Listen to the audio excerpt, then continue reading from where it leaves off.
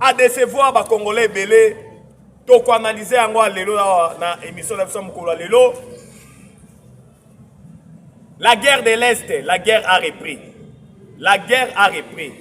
Il n'y a jamais le développement là où il y a la guerre. Le phare d'essai et les Ouazachou, tout feu, tout flamme. Plusieurs localités ont été récupérées par les Ouazachou. Au moment où je vous parle, l'armée rwandaise, Mbangweri na Mbangweri, qui m'a des ordres. Les États-Unis d'Amérique viennent d'approuver le deal. Le Congrès américain vient de voter à l'unanimité le deal entre Fachi Béton et le président américain, le républicain Donald Trump, pour la vente de minerais stratégiques. Donc, on a une émission de Lelo. Réunion. Il y a des opposants non armés. Il y a des opposants armés.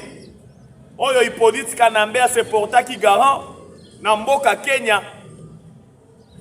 Namboka Liboso, Namboka Sénégal. Mais tout le monde est le Kani. Président Sénégal a lobby TTT n'a pas de problème. Bolongo la réunion et retire la Borotiboni à Tamakolo Nabino Ate. Bokendo la réunion à Nakuna.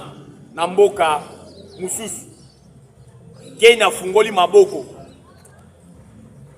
L'actuel chef d'état-major ougandais a lobby. Ce qui va toucher dans l'intérêt à Ouganda. Oh, ils allaient na Congo.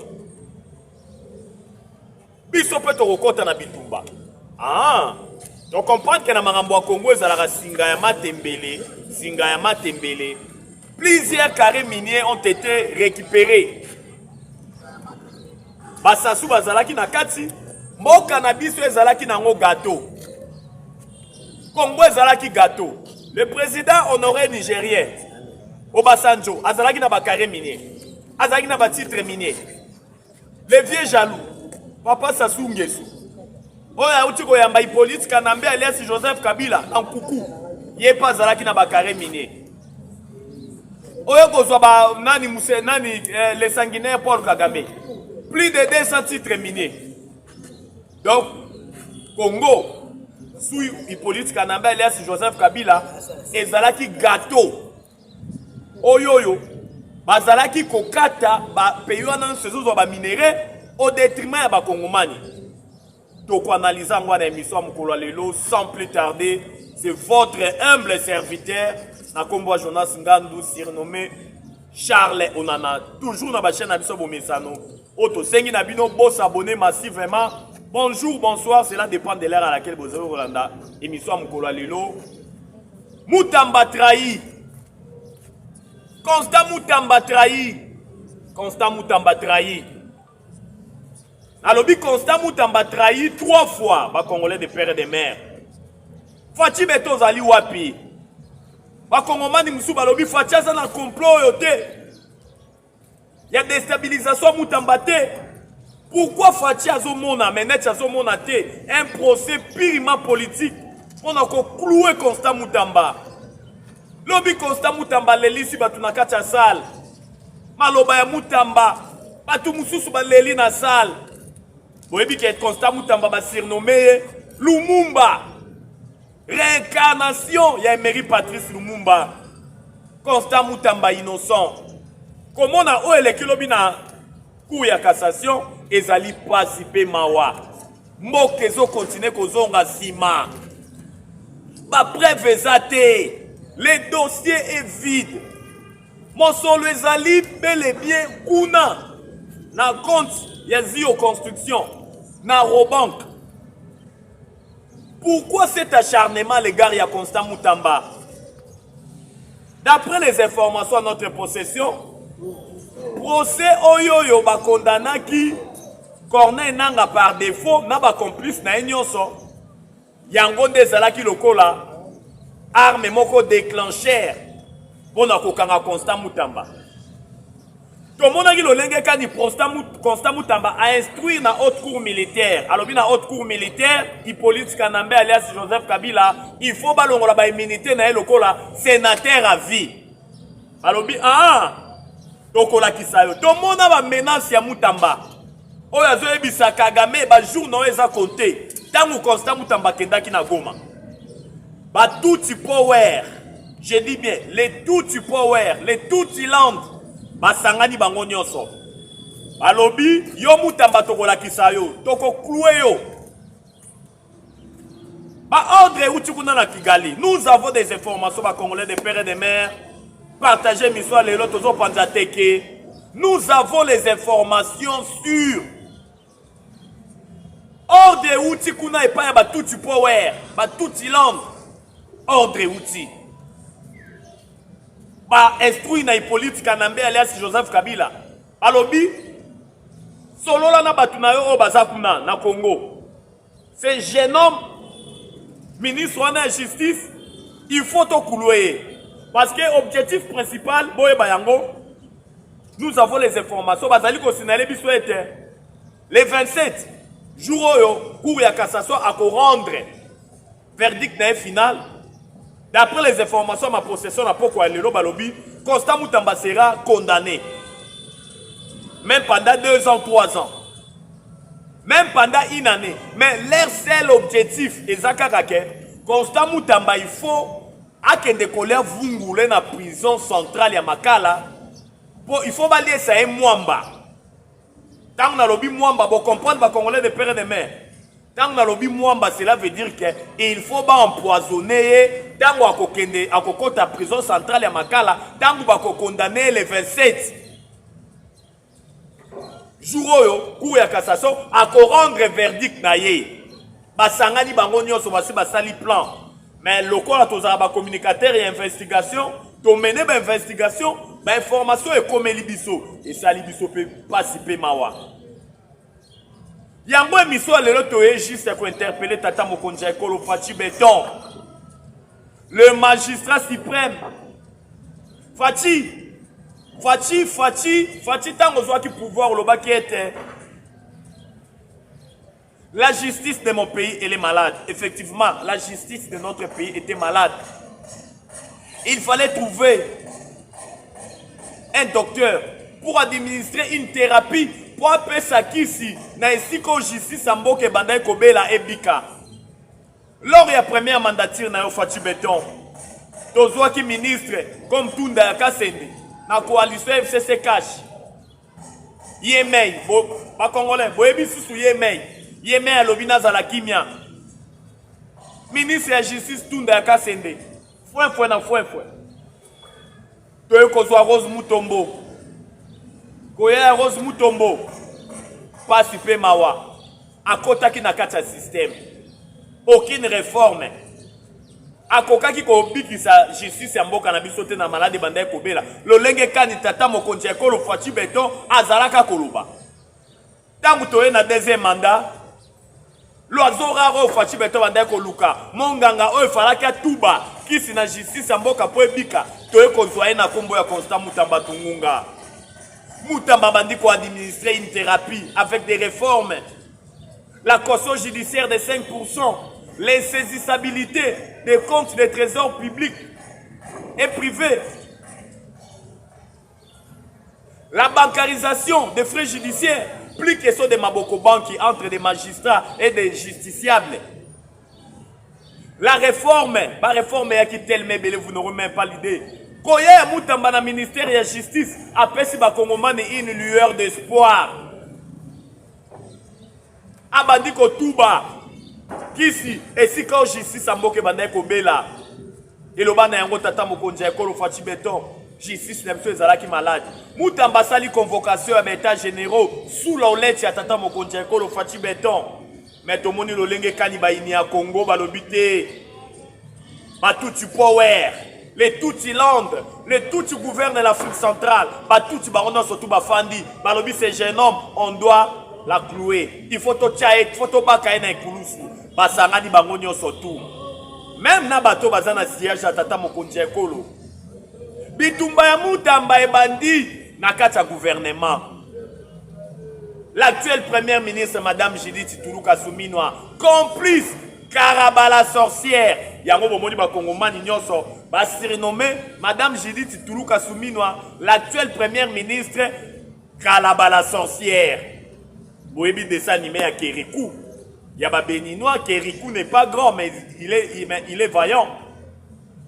Kalaba la sorcière, oh Moutamba Komelaki, pour autoriser marché de gré à gré. Oh Bapesa qui na société Zio Construction.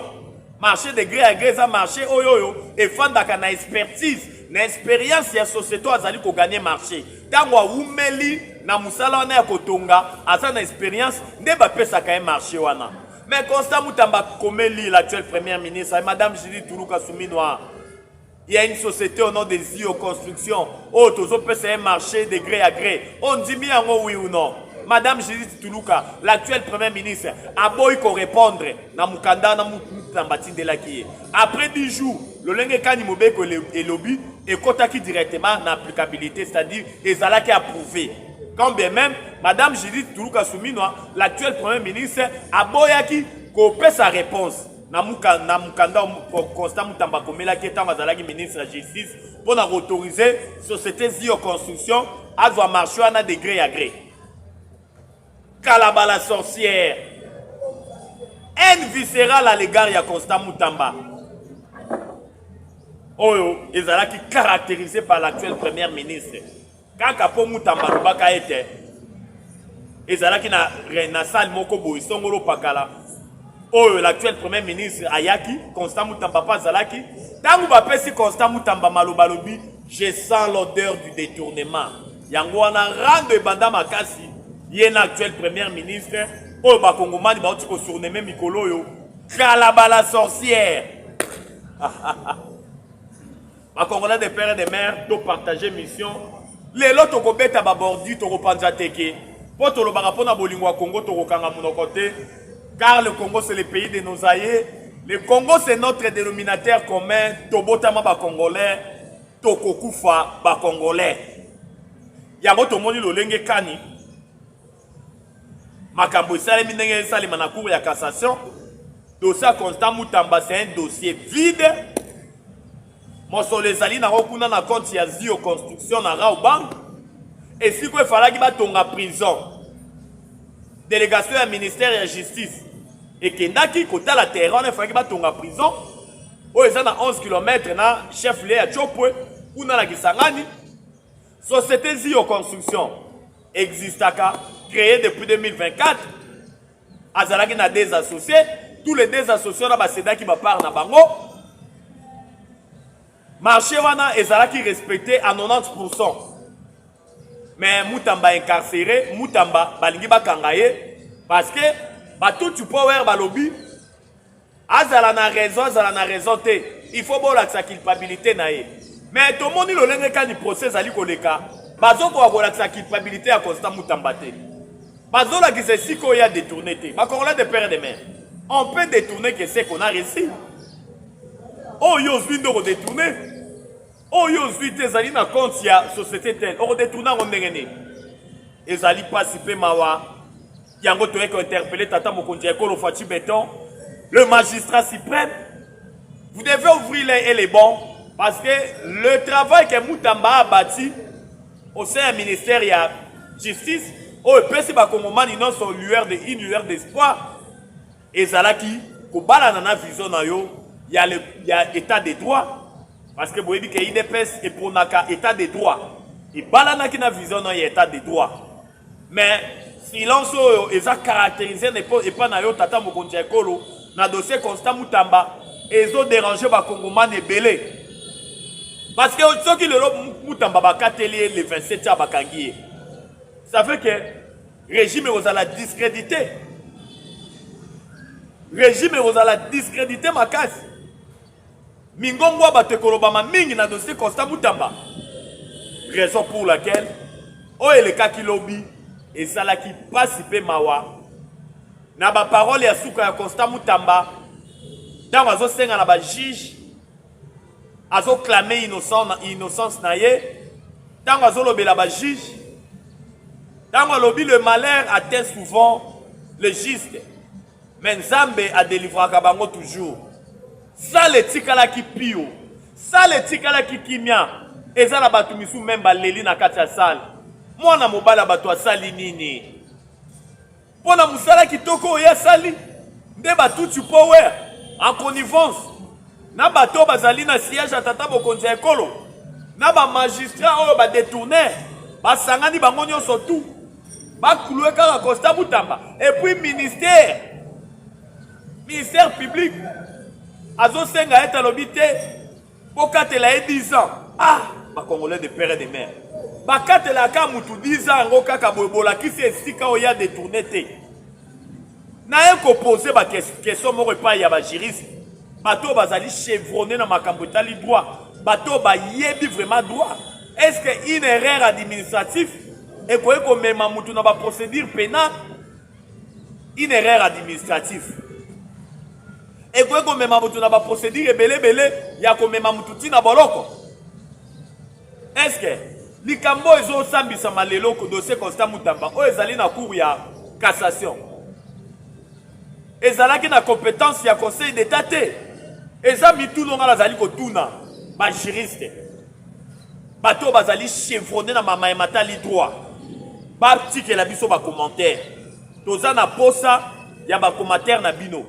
botikela biso bacommentaire na dossier wana Constant Mutamba parce que on se rend compte que non c'est un complot, on ne cessera jamais de le dire. Les gens veulent toujours s'en charger dans Constant Mutamba. Objectif na bango il faut batinda na prison centrale ya Makala akende kolia vungule et puis ba profiter ba lier ça et mwamba. Ça dit ba empoisonner ye parce que balobi Mutamba déranger bango makasi. Yango to sengi na tata mokonzi ekolo Fachi Beto étant donné que yondo zali magistrat suprême au quota du Constant Mutamba parce que c'est vraiment important pour ne pas s'éterniser dans ma matali justice au Bible et le bien la justice élève une nation le 27 août et qu'on a lopé Simbambo Aboyi au biso ba congolais de père et de mère tozo zelobe acquittement ya Constant Mutamba tozo zelobe libération tozo zelobe ba blanchir ye batika ye ba blanchir ye un point bas pour ne pas s'éterniser dans le dossier à justice na o etali Constant Mutamba tokei directement na bitumba o ezali kondongwana na partie orientale ya mboka na biso précisément na Sud Kivu les wazalendo ba congolais de père et de mère tout feu tout flamme les wazalendo fourré au moulin ba wazalendo bazali ko frapper na degré moko vous n'aurez même pas l'idée avec nos voyants militaires, le FARDC, Ope Simbambo Aboyi, Katana, récupéré par la contre-offensive de FARDC, Nabana Mboka Nabiso Bawazachou, au Baza couvert dans l'article 63 de la Constitution, où le bien était tous les Congolais, les droits et les devoirs sacrés de défendre le pays et son intégrité territoriale en cas d'une menace ou d'une agression extérieure. Les Ouazalendo tout feu tout flamme. Katana récupéré. Plein air Ouzizi récupéré. Un Moulamba. Kunana Walungus récupéré. Plusieurs localités ont été récupérées par les Ouazachou. L'icolo a provocation à l'armée rwandaise.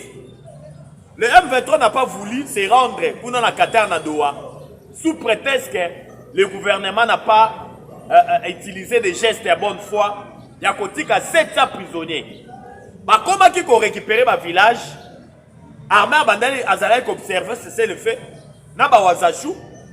Mais tout le monde dit trop, c'est trop. Gilles César Alobi, c'est lui qui veut la paix. Prépare la guerre. Armée a procédé qui n'a contre-offensif il y a de cela des jours. Où l'armée a parvenu à récupérer la localité ébélée. Mais il y a ça, il y a motema. Oh ba kongo manyo ba moni lo lenge kani FARDC azali ko bunda na ba ligne de front nyonso balobi nanu ba mona ba militaire na biso ba bunda na détermination oyo boité armée bundi na détermination moko vous n'aurez même pas l'idée. Vous savez pourquoi? C'est à cause de la solde de ba militaire. Oh tata mokonzi ekolo Fachi Beton à revoir yango à la hausse et créer ouf de soulagement et pas ya ba militaire. Militaire wazana ba ligne de front moni mon solo na comité $500. Rien que prime. sans compter salaire na ye komi doublé. Ba touti ba pakati na katana bomona ki incursion oyo ba wazashu ba uti ko sala na Bukavu avant-hier. Ba bundi na armée rwandaise de 18h jusqu'à 0h. Plusieurs militaires rwandais ba tombaki bazoya kolongola bango. Bazoya kolongola bango ba corps, donc c'était terrible. Et puis toyo komona lolenge kani kuna bayaki basala mangungu na bango na côté ya Uvira kuna, mais bazu ba bombardement chirurgical. Donc cela veut dire que na site Kivu la situation elle est sous contrôle ya bawazashu. Bawazalendo bana mboka ba patriotes oh bazola service de quoi ils sont capables. Na ba voyant militaire na biso babengi ba FARDC. Une réunion secrète oyoyo il fallait que ça les mana Sénégal. Hippolyte Kanambe alias Joseph Kabila muto a pesi ordre na ba kabiliste o bazali awa oyo surtout bazali na appareil judiciaire bakanga Constant Mutamba batinda ye na makala. Hippolyte Kanambe alias Joseph Kabila, Hippolyte Kanambe alias Joseph Kabila moini ya Mutamba, parce que la vraie information est ça que mutu azali kosalisa ba plan nyonso bozali komona lolenge kani Mutamba azali acharnement azali contre Constant Mutamba. Eza Hippolyte Kanambe alias Joseph Kabila. Boyebi ke Hippolyte Kanambe azali tuti ba tuti power bango no surtout basangani sous instruction les sanguinaires Paul Kagame. Après avoir coupé sa ba ordre na appareil judiciaire ba congolais de père et de mère. Tolobaka il faut toloba vérité. L'appareil, notre appareil judiciaire, la plupart des magistrats, je dis bien, la plupart des magistrats, ce sont des kabilistes. Des gens qui sont là pour exécuter l'ordre, Hippolyte Kanambe alias Joseph Kabila, azali kopé sa bango. Pourquoi je dis ça?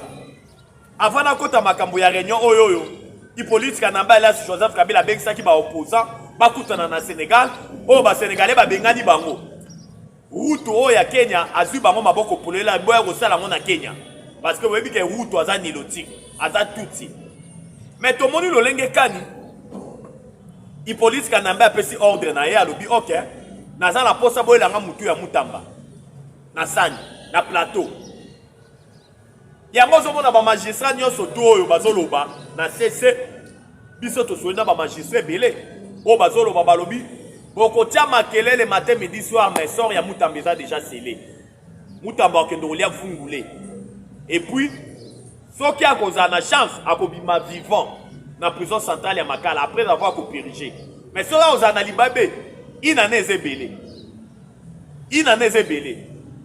ndaku na ye ekozala cimetière ekozala cercueil akendo ofanda na repos éternel. Un magistrat ba congolais de père et de mère oya boy ko se présenter mais boye bié azoloba yango na CC azoseka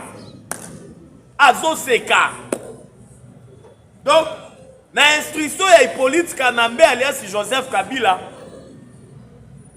o ba ye po ba faire couler Mutamba et kosimba te yango tomoni lolenge kani Hippolyte Kanambe balingaki ba tenir réunion na Sénégal ba Sénégalais ba bengani bango balobi soki boya bokomona ba memi réunion na mena na Kenya oyo Kenya ba nilotique ba autoriser bango ba bibo sala na Kenya nyonso toi non vous savez pourquoi parce que plusieurs titres miniers gouvernement congolais otiko botola zokande mboka na biso Congo ezalaka nango bilanga Congo ezalaka bilanga ya ba pays belé africain. Papa Sassou le vieux jaloux. Azala na ba carré miné awa. Bomona ngilo lenge kani Hippolyte Kanambe auti koya na Braza na ndenge ya kuku. Aya kutani na le vieux jaloux. Papa Sassou basololi. Basololi nini? Hippolyte Kanambe azali kosenga na le vieux jaloux. Papa Sassou Yebisa Tshisekedi a organisé dialogue. Tala ndenga boto libino bakare minier. Jokande Papa Sassou na bakare minier na est ya mboka na biso. babombela biso information oyo. Obasanjo, le président nigérien honoraire, azana bakare minier. Les sanguinaires Paul Kagame, les déstabilisateurs, il y a parti oriental, il y a Est Amboka la biso. Azali na 200 carrés miniers. Ba multi-milliardaires, oh, bazali kozwa mosolo na mboko, bambula na bangubula, na complicité ya Hippolyte Kanambe alias Joseph Kabila, lelo ya kuku nyonso ezo continue kobima na poisa. Basuki kaka wana te. Nalobi be, basuki kaka wana te. Ruto ya Kenya. Ruto ya Kenya. Ruto te mena prédécesseur na ye, Uhuru Kenyatta. Donc ande pas na bakare minier. Oya longwa. Ye pas na bakare minier. Singa ya matembele Congo ezalaki gâteau. Ya ba payer belé na ba président na bango ba bandai kozwa ba richesse. Ba minéraux au détriment ya biso ba kongomano tozali kokufa na nzala. Tozolia biete. Mais ya mboka ezalaki nde kokende na bamboka misusu. Oyo Hippolyte Kanambe alias Joseph Kabila a tekaki mboka na biso. Ce pays était déjà enterré. Notre pays était déjà enterré sous règne de Hippolyte Kanambe alias Joseph Kabila. Parce que il n'y avait pas une diplomatie agissante. Regardez même notre armée. Kabila a fait 18 ans au pouvoir.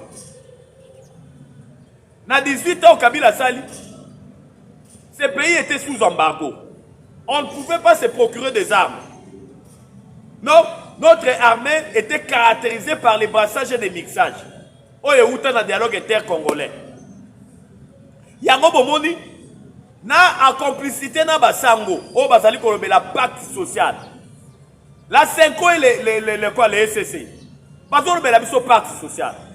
Mais ce total pacte social on a ba congolais de père et de mère. Mille part. Bato bazolo ta soutani basango. Ba mentionner que Rwanda muto agressé Arabiso. Na pacte social na bango. Batikali kolobe la jamais que Rwanda agressé Arabiso. Mais vous êtes des Congolais ou bien vous êtes des étrangers. Bino bato bozali kolata bazambala. Bino bato babengi bino basango. Tomoni na Rwanda wa cardinal ya Rwanda na kombo ya Antoine. Azolo bango bia lobi Masisi na Rutshuru ezalaka na Rwanda. Conférence à Berlin et katanga ba frontière bien té. Masisi na Rutshuru ezalaka na Rwanda. Mais au moni cardinal na biso to bengi na kombo ya le centre africain Mbongo. Le cardinal le plus médiocre que notre pays n'a jamais connu. Akeko kumisa le sanguinaire Paul Kagame kuna na kati ya Rwanda. Koloba ete Kagame oza modèle. Kagame yo leki ba président nyonso. Rwanda batu bakufi mingi. Rwanda ezo mérité compassion na biso. Rwanda ezali ville la plus propre. Cardinal Mbongo, le plus médiocre ya ba cardinaux nyonso Congo to connaîtra. Yoka ndenge akeko kumisa le sanguinaire Paul Kagame. Omoni e pas zongi awawa basimbi ete. Ngala tuna la question moko. Cardinal Mbongo azali spécial koleka ba cardinaux nyonso ou bien koleka ba kongomani nyonso ou bien nini. Oya lobaka n'importe quoi basimbaka ete. Biloko les alaka na Congo, so tamboli na ba pays bel africain. Tu ne verras jamais un cardinal aussi mixé na makambo politique ko lancera souvent ba invective. À propos toujours dégradant à l'égard du pouvoir. Mais tu verras ça seulement ici au Congo.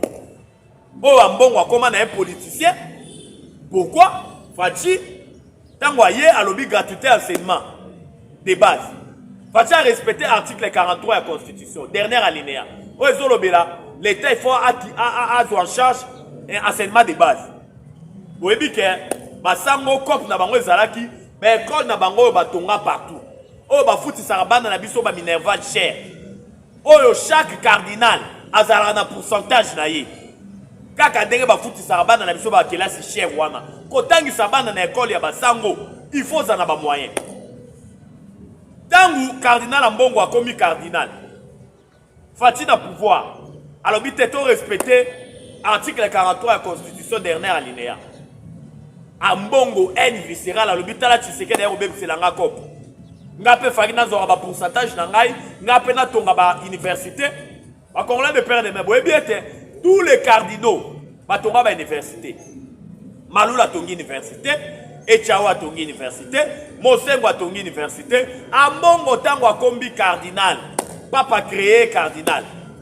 Akutani na poule de la mort. Poule ya nini? Ya gratuité enseignement de base.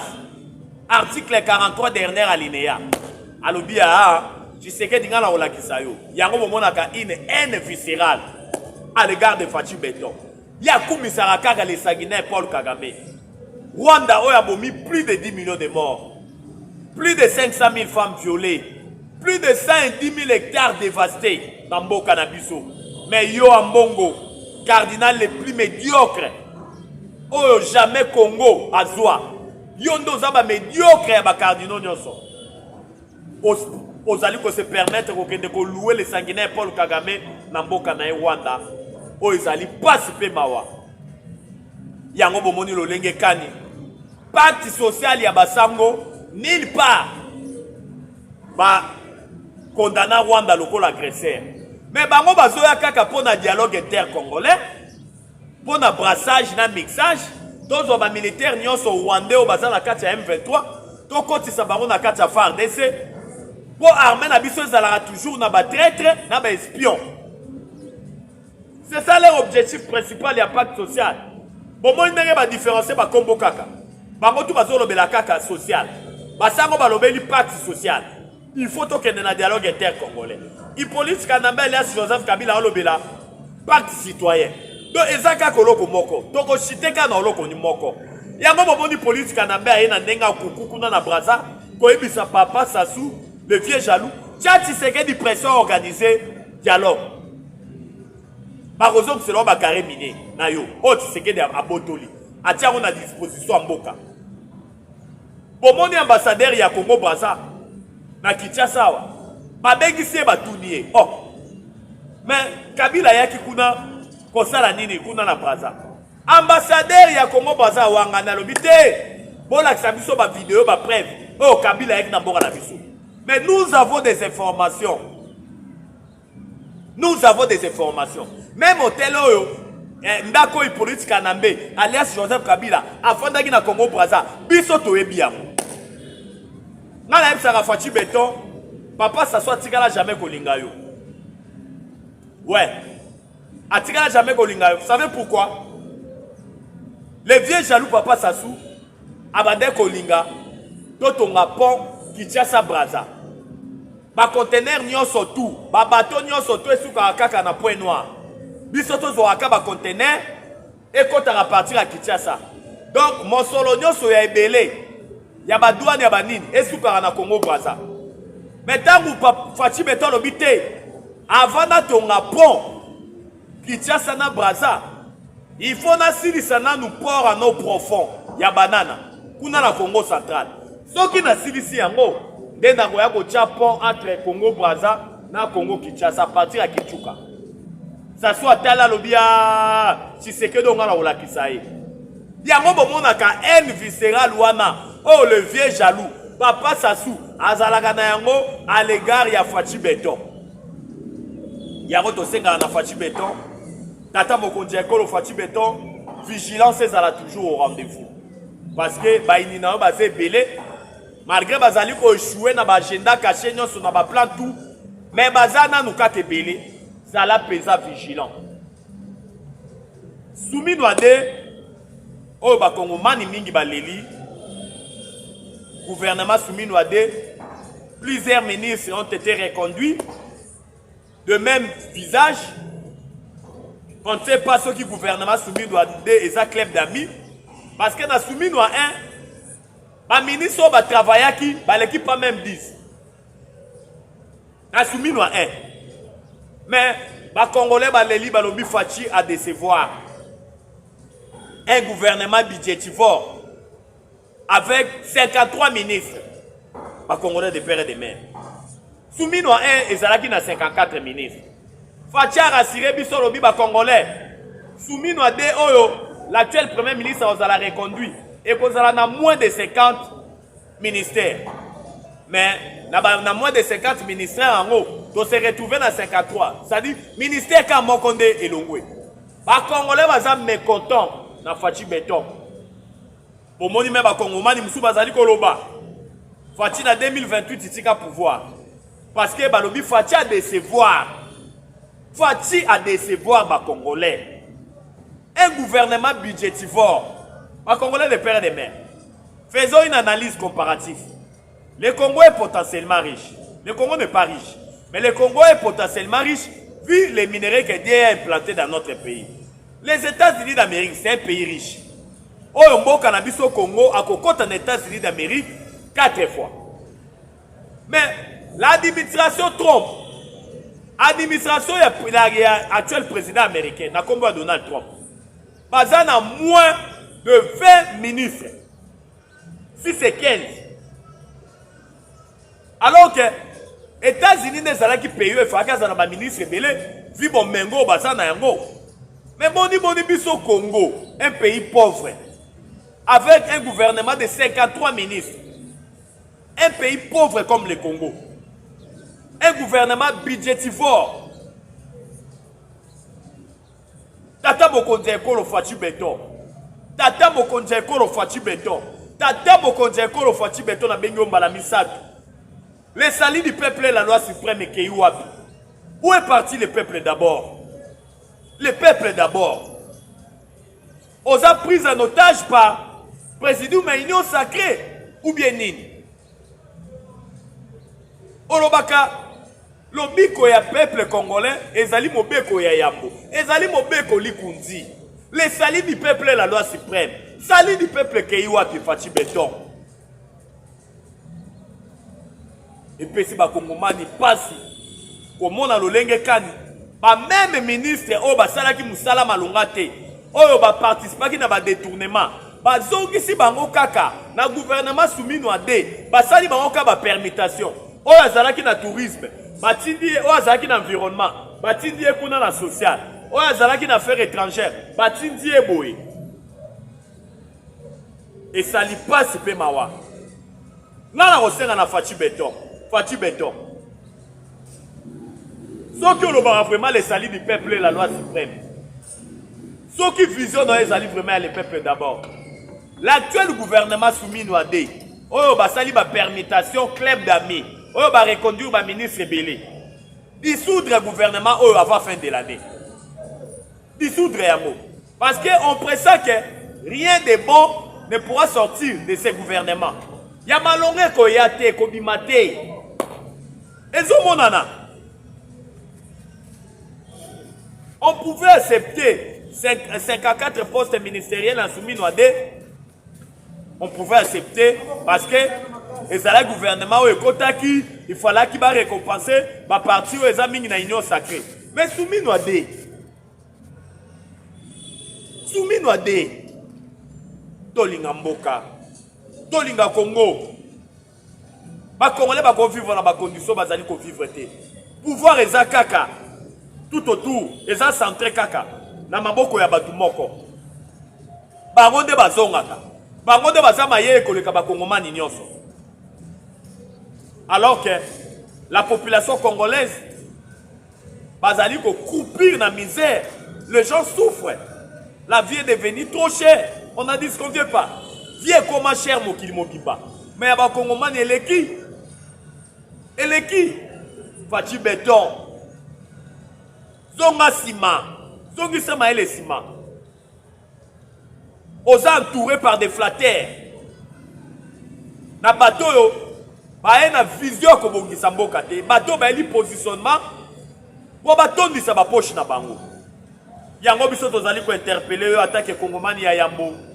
Vous devez ouvrir les et les bons. Le peuple d'abord, il faut à la réalité, à la fiction T. Aux a pris en otage par le président de l'Union sacrée. Bon, et puis que la chaîne a mis ce Zali Kambongonga, il y a Kolobé Zala qui est belé, mais tant ils allaient pour permettre de développer le sujet. On a le lot au Soukiawa. Tokoya Mukolo, Lobi Kolo, Examino, le Lenge Kanimboke, Lala Kimboke, la Mukaki. Votre rapport à Bolingwa Congo, Tokanga mon côté. Car le Congo, c'est le pays de nos aïeux. Le Congo, c'est notre dénominateur commun. Togotama ba Congolais, Tokufa ba Congolais. Numéro d'habitude, c'est plus 243 89 77 525 44. Plus 243 89 77 525 44. La patrie ou la vie. La patrie ou la vie. La patrie ou la vie. Ou la vie, nous vaincrons. J'ai dit et je vous remercie. Ciao. À la prochaine.